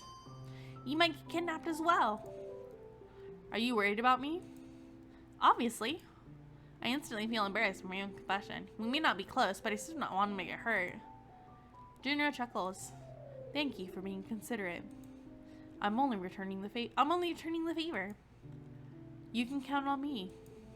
Junoru raises his head and presents a confident smile. This guy is way too lanky to fight, though. I apologize. I must be on my way. I should hurry before the demon makes its move. Have a good night. Please be careful on your way home. I want to stop him, but he's already made his decision. Junoru tries to reassure me with a light pat on the shoulder before he briskly walks into the darkness of the streets. How does he even know where to look? Maybe I should follow him. Oh no, that's not a good idea. Don't follow him. As if he doesn't know that we're following him. Oh my god, this girl. She's not so smart. I was hoping she would be smarter in these other routes, but so far she's not. So far she's still the same. I don't know if that's just my playstyle or if it's just the way that this character is written, but oh my god, it's driving me nuts. I guess if she was smart, there'd be no story. I trail him carefully, making sure there's enough distance between us to keep him from being noticed. Suddenly, Junoru takes a turn. By the time I turn the corner as well, Junoru has disappeared and only a dead end stands in front of me. There are no other alleyways or streets he could have taken. Wait, I'm sure he went this way. How could he possibly... Realizing I had not intended to be outside so long, I peer at my phone. It's already past 9. I'll have to ask him about it next time. Time to go home. Along the way, I get the feeling I'm being followed. I do not think much of it until I recall the rumors. Dang it, this is seriously starting to scare me. I notice a shadow being cast from the corner of a building, but do not dare turn around. The presence looms terribly close to me, but nothing ever happens. I let out a sigh of relief when I finally reach home. On a whim, I pull back the curtain and glance at the window. I nearly choke when a shadowy figure dashes away. Going out tonight was a stupid risk. I won't do that again. Yeah, that was a stupid risk. I wonder what Junoru is doing right now. I can't believe he actually went looking for the demon. Things are getting weirder by the day. I hope he'll be okay. 2 more people have already disappeared and he still insists on being so mysterious. I want to confront him about it, but that'd be too forward. I should check on him tomorrow and make sure he's alright. Hi there! Morning, Ikia. Do you have any plans for the holiday yet? Nope, nothing much. Aw, you aren't going to celebrate? I have nobody to celebrate with. My parents are still away. The most I'll get from them is a phone call. You can always come with Ikio and me. Ikio and Ikia? Oh my god. I think I told you already, but we're going to visit our grandparents. I even convinced Leoji to take some time off work and come with us. Oh wow. Ikia grabs Leoji's arms and pulls him closer. What? We're visiting the countryside together, right? Ikia smiles happily and winks at me. Yeah, you should also come with us, Evillan. Oh, I don't know. I wouldn't want to cut into your alone time. I give the two of them a mischievous smirk. Our alone time? You got the wrong idea. It won't be the same without you, Evillan. It'll be more fun with the 3 of us. Freezing. Ikia lets go of Leoji's arm and pouts like a spoiled child. Get your mind out of the gutter. Point is, Evillan has to come with us. Evillan can decide for herself. It's not like we can force her to do anything. I will consider it. I've slept over at Ikia's grandparents' home before. The idea is not half bad. However, with the recent events in the village, I want to stay here a bit longer, see things through to the end. I stay behind after class since I'm on cleaning duty. Unfortunately, the partner I was assigned is absent and did not leave a note. I bet he ditched me because he didn't want to do any work. It is what it is, though. I step out to grab a broom. Our storage room used to be a classroom, but now it is a spacious dump for old things. Although cleaning supplies were strewn across the room, it still seems fairly organized. It should not take me long to find what I need. Oh, hello. I start my search by opening the large locker at the back of the room. To my horror, there is a person inside of it. I step back and almost stumble over my own feet in shock. He seems as surprised as I am. His eyes are a mysterious, oddly familiar shade of gold. Judging by his odd uniform, he must be from the elite class. Do you normally hang out in there? The man narrows his eyes and glares ferociously at me. Mind your own business. Ooh. Mind your own business. My eyes trail down his shirt, which is stained crimson red. Is that blood? Yikes, he must be hurt pretty badly. The blonde grunts quietly as he closes his eyes. I quickly run to get the first aid kit. The man is still sitting inside the locker when I return. Didn't I tell you to mind your own business? His voice sounds weak, yet his expression is serious. Ignoring his tough guy act, I kneel beside him. Let me clean this for you. I reach out to help him, but he slaps my hand away. Hey, whether you like it or not, it should be treated. This is nothing you need to be concerned about. He grabs his chest and coughs up blood. I cannot simply sit and watch. With bandages in hand, I roughly brush his hand away and start unbuttoning his shirt. Once his torso is revealed, my eyes widen. There's a deep gash in his abdomen and a slash across his stomach, both of which are bleeding profusely. I help him turn around and find another wound on his back. How in the world did you manage this?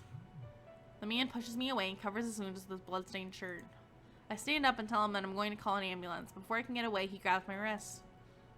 No, keep this a secret from everyone. Despite this injury, his grip is strong. Not knowing what else to do, I agree to his request. After his grip loosens, I kneel down beside him again and open his shirt to lick the wound once more. At least let me help you. Fine, but there's a bullet in my chest. Take it out for me. I'm not sure I'm qualified to do that. It'll be pretty messy. Just do it. Doctors study a whole field of ballistic science to deal with this stuff. At the very best, I will leave a huge scar. Well, it isn't like I can reach there myself. I believe in you. I dig around in the first aid kit until I find something to remove the bullet with. Luckily, there's a pair of large tweezers at the bottom of the bag. Fastened a little more roughly than intended, I pull the bullet out of the man's chest. Not once does he make a sound. The wound is deeper than I expected. I'm surprised he can remain conscious after so much blood loss. Stabbed and shot? What kind of trouble did this guy get into? Ugh, thanks, I guess. The man smiles lightly while peering down at the bloody mess that is his abdomen. Although he says it unnecessarily, I pull out a few more bandages and bind his torso. Thankfully, the bleeding seems to slow down. I stay by his side until he mysteriously stabilizes in record time. By the way, what's your name? Call me Roya. I'm already familiar with you, Evillan. Oh, I don't like that. Oh gosh, I hope this guy isn't another stalker. I've never met you around school. Are you an elite student? Ha, is that what it's called? I like it. It suits me well. Anyway, care to explain why you're chilling in the locker with those awful injuries? Curiosity killed the cat. There are things you're better off not knowing. Do you always sass the people who help you out? I pat at Roya's attitude. This guy is such a pain that I want to punch him even though he's injured. Sorry, that was ungentlemanly of me. Thank you anyway, Miss Cutie Nurse. Oh my god. Leave me alone. It's Evillan. Roya buttons up his shirt, seemingly satisfied. I still cannot believe he can act so calm with a wound like that. Let's keep this incident our little secret, alright? Why? Just do it. Unless... Roya leans in forward and lifts my chin with his hand, forcing me to look up at him. His mischievous eyes bore into me while he moves his face closer to mine. The heck is he trying to do? In reflex, I push him back. Roya topples over, gasping at his stomach. Ugh, right into my weak spot. I think I'm gonna die. I'm sorry. Just kidding. You're too easy to tease. Roya stands up and fixes his jacket. His demeanor is completely different from earlier. These injuries are no big deal, you know. I was only pretending to be hurt to see how you'd react. Guess my acting skills are better than I thought. That was just an act? Huh, this is nothing. It was fun messing around with you. What about the blood on your shirt and the lacerations? Roya chuckles and pats my head. Not much experience with wounds, huh? No need to worry. Well, see you around. Mysterious again. This guy is so mysterious. How does he know us? What was with that guy? There's no way he was actually faking it. I've seen people with paper cuts who couldn't keep it together. That's funny. Well, I have to clean my hands before someone thinks I had a nosebleed or something. I push my thoughts to the back of my mind before locating a broom and heading back to the classroom. I leave earlier than usual and decide to go visit the mansion. I've never actually been to the mansion during the day. I wonder if it will be less spooky than at night. Oh, it is less spooky. These still look like snowmen to me. Do you guys not see the snowmen? After a short while, I reach the mansion to check the garden for signs of Junoru.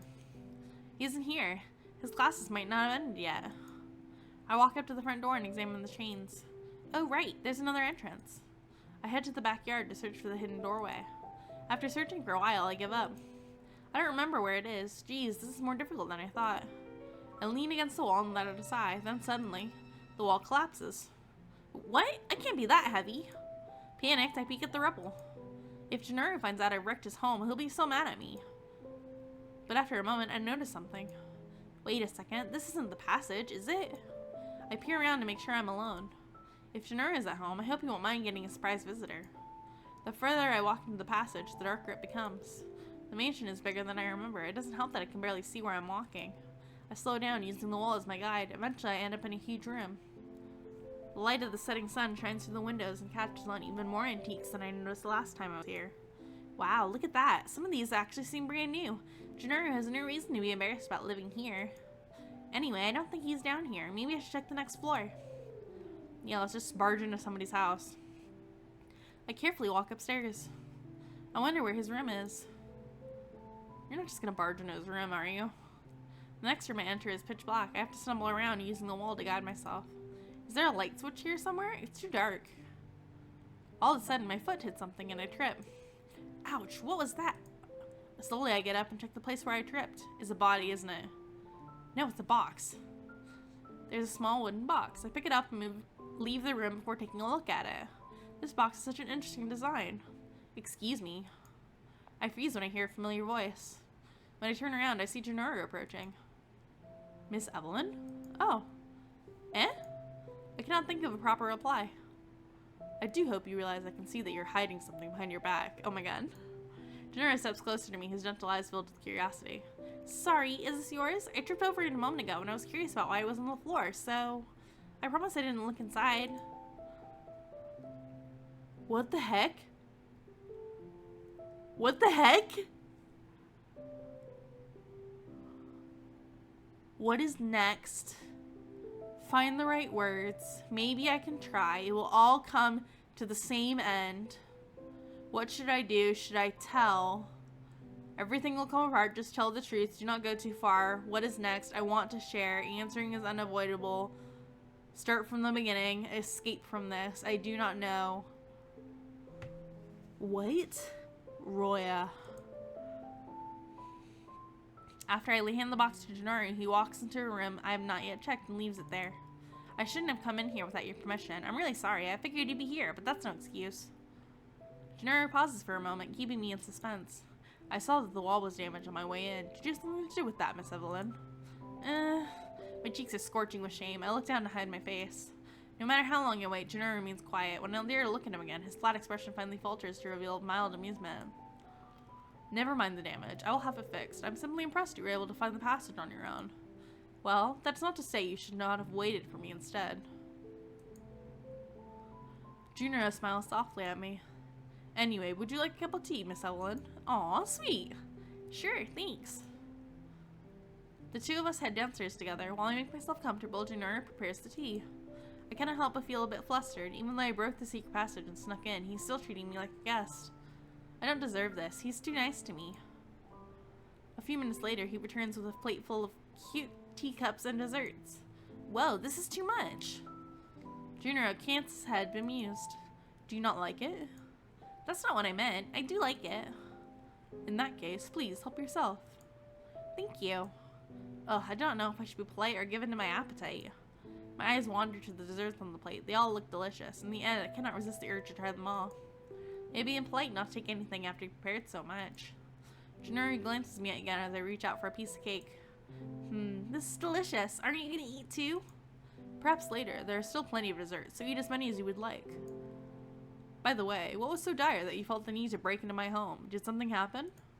No, nothing like that. And again, I'm sorry about the wall. I swear I'll pay for the repairs somehow.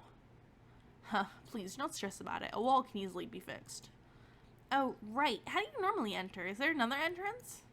I use that secret passage all the time. If you normally use it, then why is it secret? It is supposed to be a secret for outsiders. I suppose it will need a new name now that I've showed it to you. Junior takes 2 white teacups from the table and pours tea into them. The fragrance of the lavender fills the room. Ooh, lavender tea. After thanking him, I take a sip from my cup. Lavender tea will make you sleepy. Are we sure I want to fall asleep here? Did you manage to catch the demon last night? What? Oh, of course I did. Junior covers his mouth to suppress a chuckle. Hey, what's so funny? I cannot believe you took me seriously. Huh? You didn't actually chase the demon then? It's not funny. I was really worried about you. I appreciate your concern, but you do not have to worry about me. Sure I do. It'd be sad if something happened. I'd be sad if something bad happened to you. Junior blinks innocently as if what I said was strange. He brushes it off with a soft smile. Where did you actually go last night then? Huh, you must care deeply about me. Well, I'm just curious, okay? It is a It's a secret. Aw, come on, you don't have to hide everything. Loosen up. Still not going to tell me, huh? He chuckles, amused, but keeps his mouth shut. As I reach out for another delicious piece of cake, Junoru looks away, his thoughts suddenly elsewhere. What's on your mind?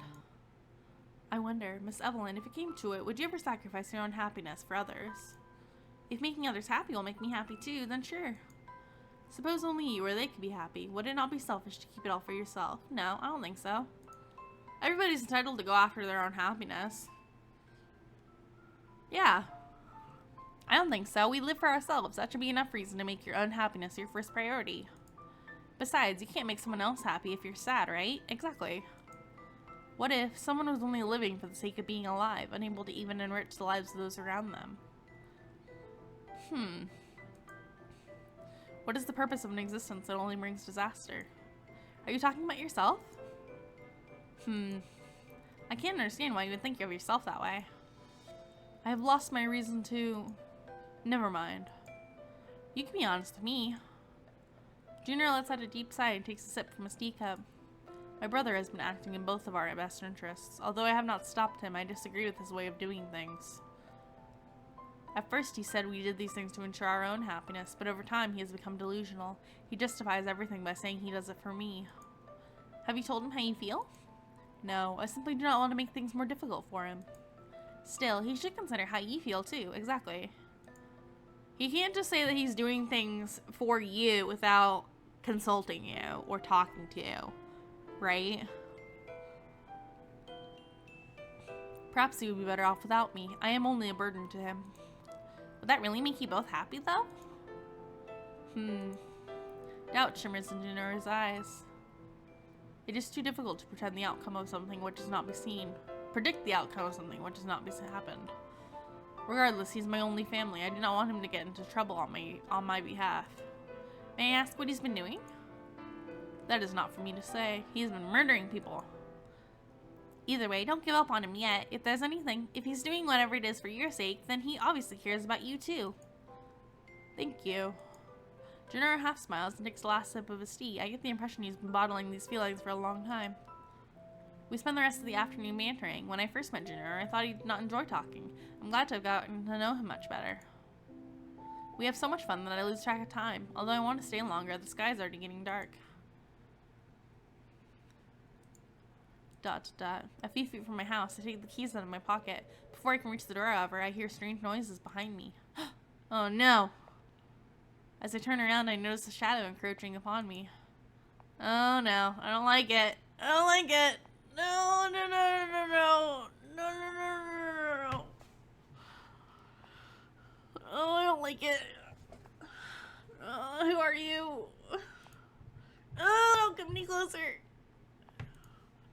Stop it! Although I am steps away from the front door, I do not have enough time to get it open and get away. I have to shake off the shadow first. Run! My heart pounds rapidly in my chest as I zigzag down the neighborhood. Somehow I end up at the park. Oh my goodness, how many times have I been followed this month? I know, right? The kid from school made sense, but now there are random weirdos trailing me? I seriously need to be more careful. Wait, is this the same stalker who's been following me around the past week?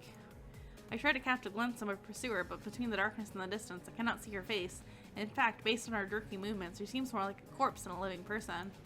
I can't keep running forever. I have to do something. Anything. Out of the corner of my eye, I notice a large tree branch. It seems to be as good a weapon as any. Oh god. I don't like it. What do you want from me? Leave me alone already, you creep. Are you the one behind those disappearances? Hungry. Oh no, I don't like that. My pursuer swiftly moves in front of me, her mouth wide open. She's really trying to hurt me. I can't hold back. When she's close enough, I trip her by kicking at her legs. She begins crawling towards me. When I try to move away, my leg is grabbed. Rotten, cold fingers dig into my skin as she leans forward to bite me. Panic jolts through me. I reflexively smack her head away with the tree branch. Even after blood begins oozing from her forehead, my stalker does not let go. Although I hit her again, she does not try to stop trying to bite me. I hit her once more, this time mustering as much strength as I can. She lets go of my leg and falls to the ground with a hollow plop. I pant, trying to catch my breath. I look at the scene before me. My heart nearly jumps out of my chest when I see the blood staining the tree branch. Ugh, what have I done? What am I supposed to do now? Oh god. A voice similar to the one from earlier calls out from nearby. I can't just stand around here any longer. I'm definitely not alone. I drop my makeshift weapon and make a run for it. It is nearly 10 p.m. when I reach my house. I'm not very hungry after what just happened, but I quickly prepare a small meal to make sure I keep my strength up. I can't believe how daring my stalker got. If they get up, who knows what'll happen to me? And even if they don't, I didn't kill them, did I? Whatever happens, I have to report this to police first thing in the morning. I decided to study before sleeping, hoping it'll somehow calm my racing mind. After a while, I fall asleep from exhaustion. Next day. So this is where I think we're going to end it for today. So, that was spooky. I did not like that. I don't like zombies. No thank you. So, it seems like there's still some, let's save real quick. I'm going to save. It seems like there's still some supernatural elements happening with the, villagers in town. In Kurato's route, we learned that, people can be, what's the word? What's the word? They can, like, be taken over by a ghost or a entity, and it will use their body to try to do things in the human world. So, like, those, obviously zombies, right? Obviously zombies. So, I think they've been afflicted by some kind of supernatural entity, and they're causing havoc around town. They don't seem to be very smart, like vampires. If it was a vampire, it would be one thing, but I don't think they're very smart. So I definitely feel like it's more of a zombie situation, which terrifies the crap out of me. I do not like zombies. So either way, we'll be learning more about this next Friday on Dark Nights. So come join me on Friday for more Dark Nights. We'll get into more of the story. We'll find out more about Junoru, and hopefully we'll learn more about Roya as well, who we met Roya in the Kurato route, and we learned a little bit about him, but I felt like we missed something in the Kurato route because Roya just seemed to know who we were, and we had never met him before. And we'd met him a few times throughout the route, but he seemed to already know who we were. Which in this, he already seems to know who we are as well. Which it could be that Junoru told him, but I don't know. So we'll have to see. That's very interesting. But anyways, that'll be next week on Friday, so join me for that. Nothing's happening tomorrow, so no D&D. But we are reading Homestuck on Sunday, so come join us on Sunday for some Homestuck fun. We're getting into the trolls. We're learning more about them. We're learning about the different trolls that there are. They're setting up for their own game. They're splitting into teams. So we'll learn more about the trolls on Sunday, which will be really fun. So come join us for that. Tuesday, we are playing Fable Anniversary. So if you like Fable, or if you want to see me play more of a RPG, go ahead and join me on Tuesday. We'll be starting Fable, the Anniversary Edition, and hopefully we'll be able to get through that. And I don't know what kind of playthrough we're going to play. I don't know if we're going to be good or if we're going to be evil. We might go evil. I don't know. We'll have to see. Let me know what you guys think. But Wednesday, we'll also be reading Homestuck, so come join us on Wednesday for more Homestuck. Thursday, we're playing more Deponia. We've been playing it for the last few months now. It's been really fun. I really love the point-and-click adventure of Deponia, and the story itself is getting really interesting. We just finished Chaos on Deponia, which is the second game of the series, so now we're in Goodbye Deponia, which is the third game. I don't know how many games there are in total. I think there's 4. But very fun game. Very, very fun. If you're looking for the first parts of anything that we've played this week, including the first parts of Dark Knights or Deponia, you can go ahead and check out the VODs channel, youtube.com/@princessevillanvods, and you can find all the previous streams on there. If you're looking for the first parts to Homestuck, you can also check out the VODs channel and find it there. We also have read Problem Sleuth, Bard's Quest, Jailbreak, other webcomics. So if you're interested in hearing me read more webcomics with my lovely husband Gob the Goblin, you can check out those streams on the VODs channel. Jailbreak is the best. Yeah. Hey, Mixel Lady, we're just finishing up. I'm just going over with what the plan is for the week. We're going to play Fable Anniversary on Tuesday, so hopefully you guys will come join me for that. But yeah, basically the same things that have been happening are continuing to happen. Deponia, Dark Knights, Homestuck, same things. If you're interested in what's going on, you don't know what's going on or what time things are starting, you can check out the schedule tab on the Twitch page, twitch.tv/princessevillan. Go to the schedule tab and it will show you all the times we're starting streams and whether we're having a D&D stream that week. So yeah. Anyways, that's going to be it for me today, guys. Thanks for joining me. I hope you guys will let me know what kind of playthrough you want for the Fable game, what kind of TTRPGs we should do in the future. Should we do some not Bard's Quest. Should we do some Baldur's Gate 3? Should we do some Divinity with the new Divinity game coming out soon? Should we play that? Should we play some other kind of TTRPG like Changeling or World of Darkness, along with the D&D that we do on Saturdays? Let me know what you guys think. I'm really interested to see what you guys want to see from the channel. You can do that by just commenting on any of the VODs channel videos, letting me know here on stream, or you can let me know on the Discord. You can go to the Discord on the About Me under the Twitch page, and you can join in, let me know what you want to see, what you think we should do, as far as like with the Fable Anniversary. Should we do a good playthrough or a bad playthrough, or evil playthrough, I should say. Yeah, just let me know. Hang out with me on the Discord too. We're gonna start doing some fun stuff on Discord once we have a few more people. So yeah, there'll be some interesting stuff happening. So anyways, that's going to be it for me today, guys. Thanks for joining me. Bye, Mixolady. I'll see you tomorrow for the, or not tomorrow, Sunday for the Homestuck stream. But yeah. Anyways, bye, guys. Oh, the Discord invite didn't work. I did fix it, so you should check it and see if it works. I'll hang around for a little bit. Is this invalid? Does it still say it's invalid? I can't check on my end.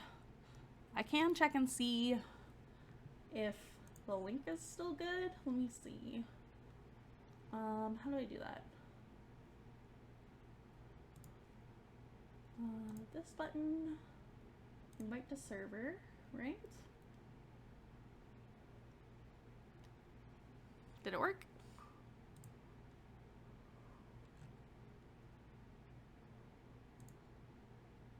It worked. All right, perfect. All right, so the Discord link is working. So go ahead and click on that. Let me know what you guys think about the Fable thing, about other TTRPGs, about Baldur's Gate 3, other Saturday things that we could do. Yeah, just let me know what you guys think. Anyways, I'll see you guys later. I gotta go do some grocery shopping. So I'm gonna get out of here and go do that. So anyways, bye guys. Bye Mixolity. I'll see you on Sunday. Bye. Bye everybody. Bye.